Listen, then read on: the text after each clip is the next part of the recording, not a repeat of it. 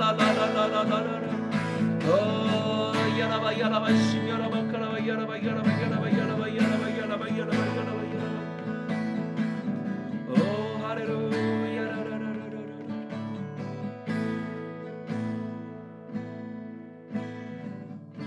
아버지 하나님 감사합니다.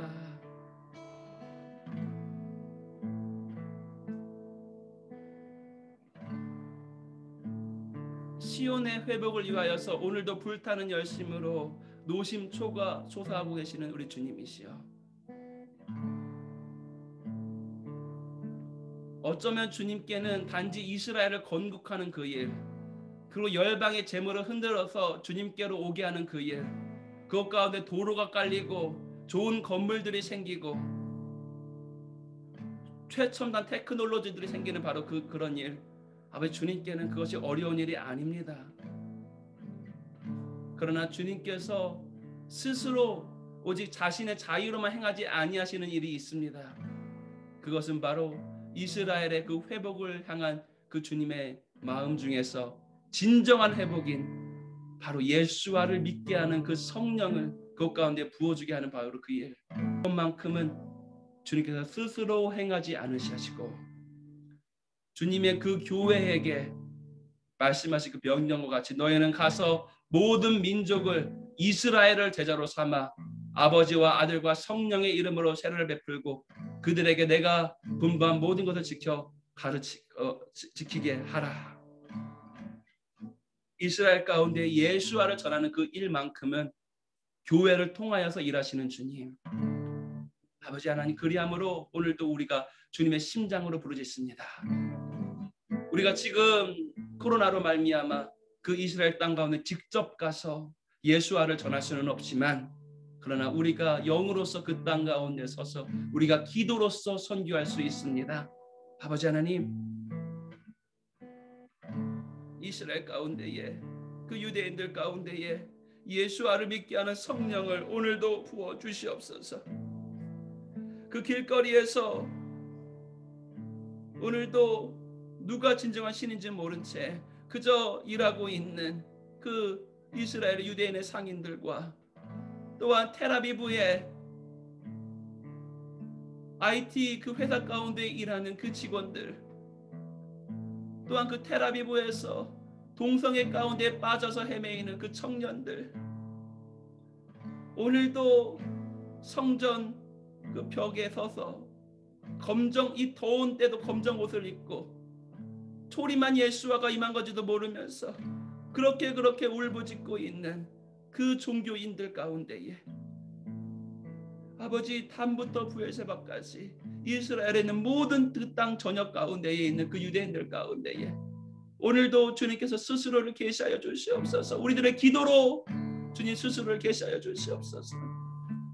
그들에게 주의 성령을 부어주시사 그들의 예수와를 믿게 하여 주시옵소서. 이스라엘의 시온의 진정한 회복, 영적인 회복을 위하여서 쉬지 아니하고 기도하는 열방의 중보자들, 이들의 그 부르짖음이 주님의 마음으로 계속 부르짖게 하시며 우리들의 기도를 말미암아 역사하시는 그 주님을 우리가 목독해 하여 주시옵소서. 그리하여서 이제 이 모든 일이 다 끝나고 주님 품에 안겼을 그때에 이스라엘에 있는 유대인들, 구원받은 유대인 중에 일부는 우리에게 이와 같이 고백할 것입니다. 감사합니다, 조규영 목사님. 감사합니다, 드보라 사모님. 사모님께서, 목사님께서 기도해 주신 그 기도 때문에 내가 예수를 메시아로 믿게 되었습니다.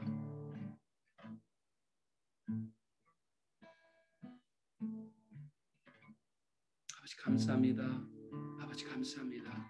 이 이스라엘의 건국일에 이스라엘의 진정한 회복을 위해서 쉬지 아니하고 계속 기도하는 우리 모든 중보자 될 수 있도록 역사하여 주시옵소서. 주님 감사합니다. 예수 그리스도의 존귀하신 이름으로 기도드렸습니다. 아멘.